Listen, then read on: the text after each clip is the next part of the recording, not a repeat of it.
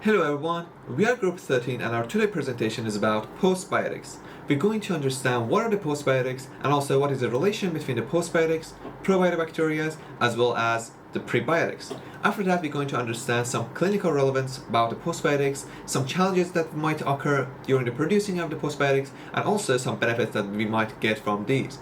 So stay tuned and let us begin. Alright, so now focus on some basics. We often hear about the probiotics, which are the live and beneficial bacteria that support our gut health.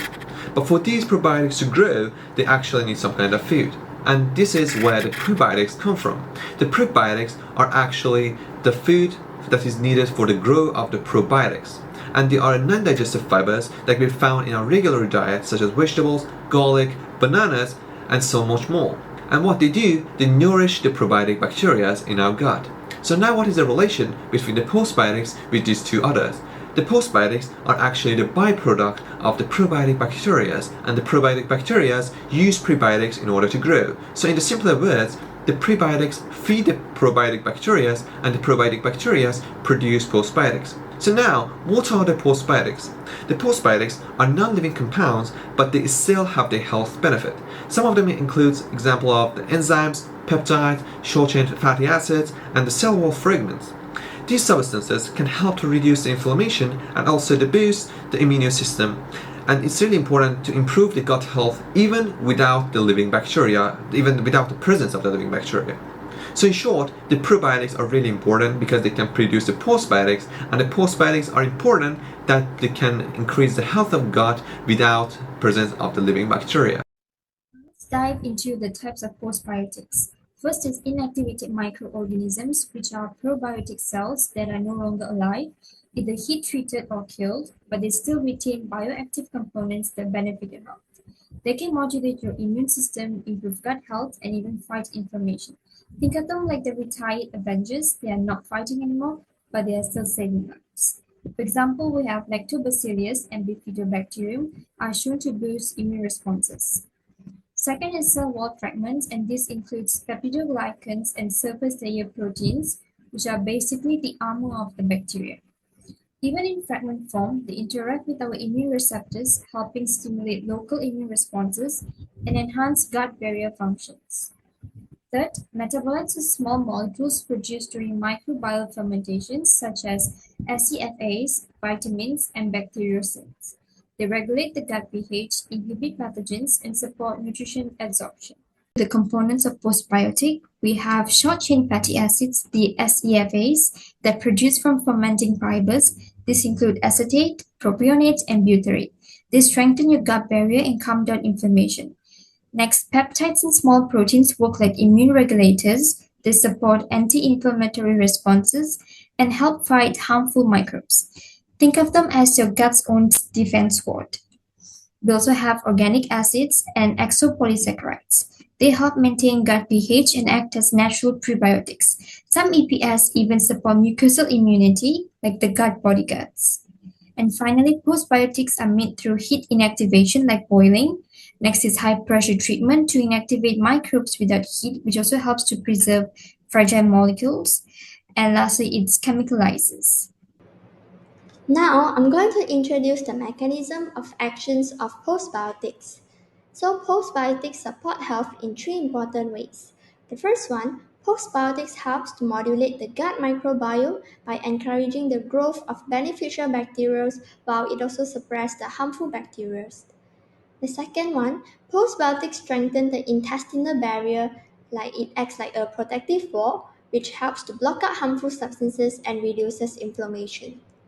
The third one, postbiotics influence immune responses by promoting anti-inflammatory signals and helps the body to maintain an immune balance.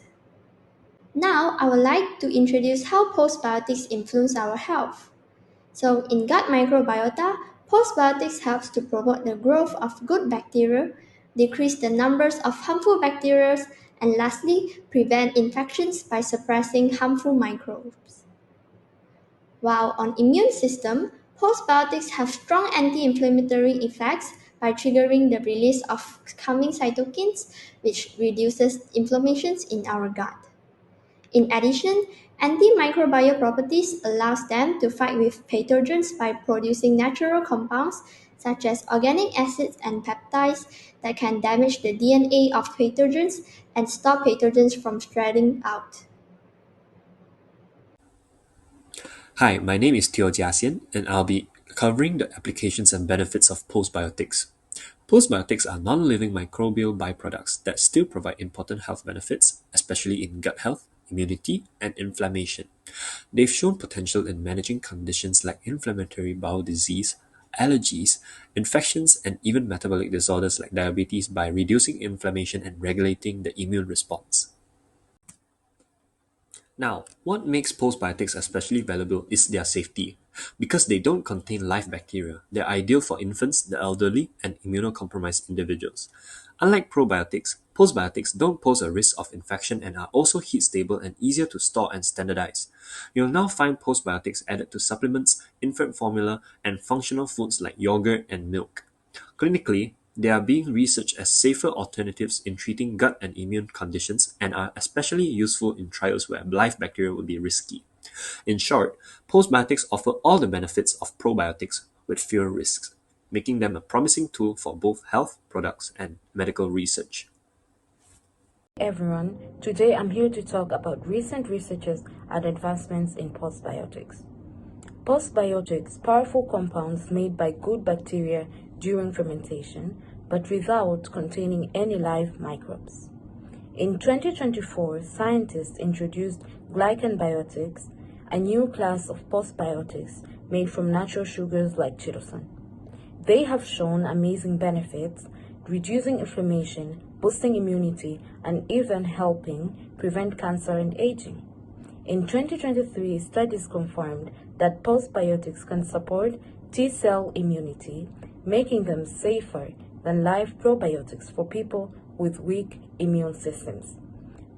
Now let's talk about food. Postbiotics like postbiophysics are already being added to baked goods, where they reduce oxidation, extend shelf life, and add anti-inflammatory and antioxidant benefits. They are also used in infant formula, where they support the baby's immune system without side effects, creating healthier and more functional babies. Moving on, postbiotics are safer, more consistent, and offer a longer shelf life, eliminating the need for refrigeration like probiotics. To preserve their bioactive compounds, techniques like spray drying and freeze drying are widely used. Postbiotics also showed potential during the COVID-19 pandemic. While they're not a cure, their immune modulating, anti-inflammatory, and gut health enhancing properties helped support recovery and boost resilience. Through something called the gut-lung axis, postbiotics help strengthen the gut barrier, which indirectly improves lung immunity, an important benefit during viral outbreaks. Research is also advancing fast. Tools like microfluidic encapsulation allow scientists to isolate and protect postbiotics more precisely, improving stability and effectiveness in both food and pharma. And with organ-on-chips models, researchers can now simulate the gut environment to study how postbiotics improve intestinal barriers, opening doors for drug development and mechanism-based research. In short, postbiotics are not only safe and effective, they're also leading innovation in how we approach health, food, and medicine. Thank you. Diving into the key challenges that need to address, one of the most significant one is standardization. Currently, there is no universally accepted method for producing, testing, or measuring them.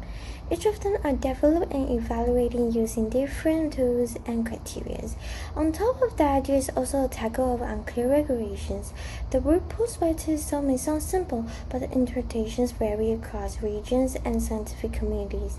Some call them paraprobiotics, others say ghostbiotics, bacteriolaces. People are naming them differently. Lastly, most studies so far have small sample sizes and short durations, which means that their results may not be applied to the general population. For instance, a study on Lactobacillus gastric postbiotics only had 39 participants over 3 weeks. Looking ahead, we're also seeing the potential in healthcare industry.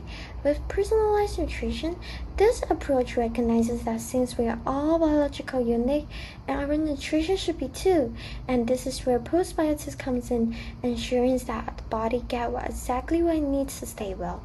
But it doesn't just stop there. We're also seeing the rise of postbiotic-based therapies with lowering blood pressure, cholesterol, and reducing oxidative stress. Some have even shown potential in anti-cancer activity. In conclusion, postbiotics offer a safe, stable, and effective approach in restoring gut barrier function.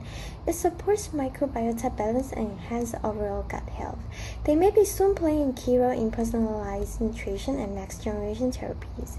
And with that, I hope this helped highlight not only what postbiotics are, but also their potential in health, nutrition, and future medical applications. Thank you.